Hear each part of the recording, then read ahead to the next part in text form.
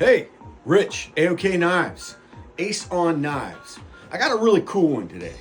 I hinted on this one in a cold steel video I just shot, and it's the Buck 298.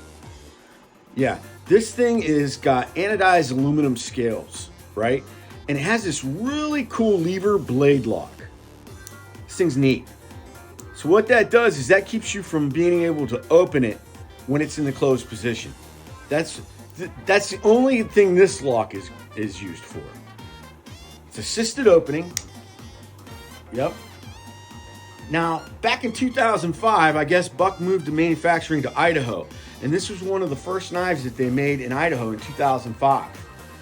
And it's the Buck 298. I think it's called the Sirus or something like that. So it's spring assisted.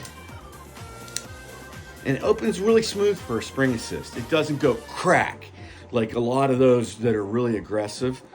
So that tells me that it's probably engineered really well. It's Buck, so it's got 420 HC steel, and of course their heat treats and everything like that is all really good. Now this liner lock, the jimping on that thing is super aggressive. It's crazy. It almost, the lockup on this is really, it's getting close to 100%.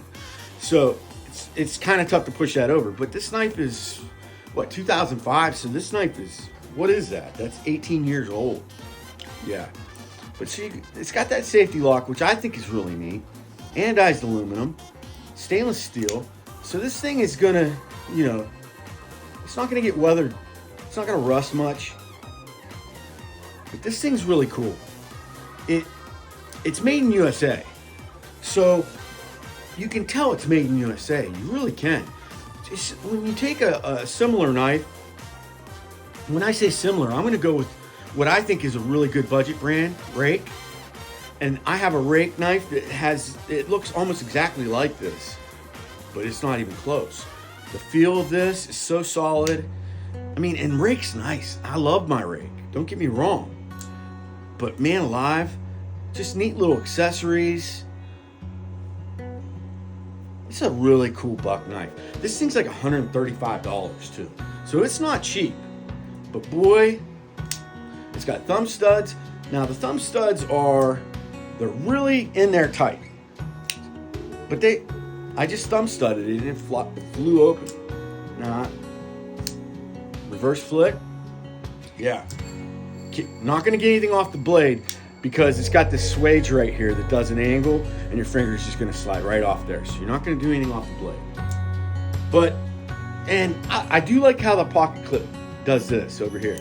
I don't know, you can just tell that it's not poking your hand or anything, and it was thought out. They thought about that. Nope, see, it was locked.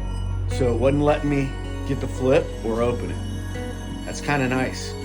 It could be semi-child proof, definitely pocket proof, so that's a neat little accessory.